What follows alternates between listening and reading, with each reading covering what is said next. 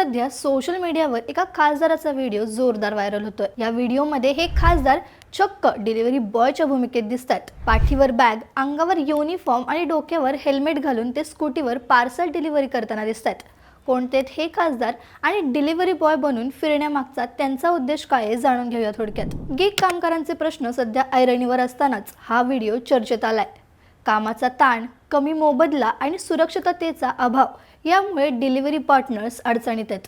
ही परिस्थिती समजून घेण्यासाठी आम आदमी पार्टीचे राज्यसभा खासदार राघव चड्डा थेट मैदानात उतरलेत।